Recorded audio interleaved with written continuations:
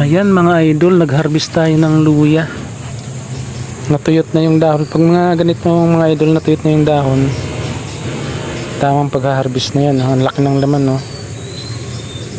1 year na to mga idol. Kaya ang luya ay naabot ng 1 year yan. Nagkakalaman mga idol. At meron tayong papaya.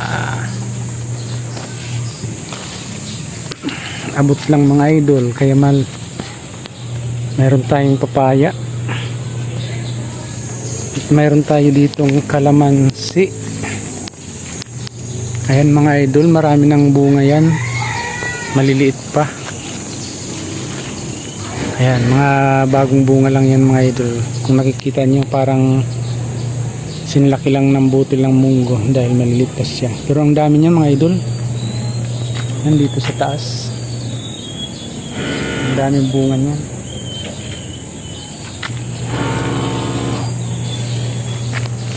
Ang ating sigarilyas ay natuyot na.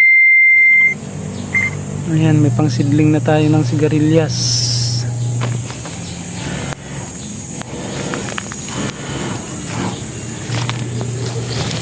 Dito naman mga idol sa bakod natin ay mayroon tayong mga talong. Mumulaklak na yung ating mga talong. Ayan mga idol, may bunga na, maliit pa.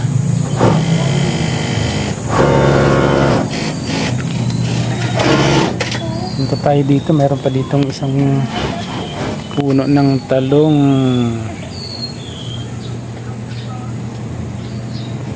Ayan, may mga labanos tayo mga idol. Malapit na rin natin harvestin yan. Mga 3 to 4 months. Ayan, ang labanos natin mga lods. May laman na yan sigurado. Meron tayong nakita ditong herbal na gamot. Gamot ito mga idol sa gout. Maganda to, iinumin, ilalaga mo, gawin mong tsaa. So yan mga idol, ang ating alugbati. Puro bunga na. Natuyot na kasi tag-init na ngayon, sobrang init.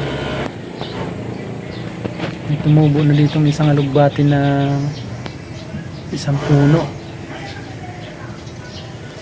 At ito mga lods ay isang klaseng gulay. Masarap din to sa ugan ng sardinas. Ang tawag dito ay spinach. Kasing lasa din to ng alugbati. Magkasing lasa sila. So yan lang muna mga idol ang ating vlog ngayon. At nakakuha tayo ng luya. Haba o isang dangkal to mga idol. Di tayo lugi dito sa luyang ito. Ito lang yung tinanim yata natin dito dati. Nasaan na yun? Maliit lang yung mga idol. Mga tinanim natin, ganito lang yun eh. Itong may parang mga suso-suso, yan yung tumutubo. Thank you so much mga idol. Ang ating luya.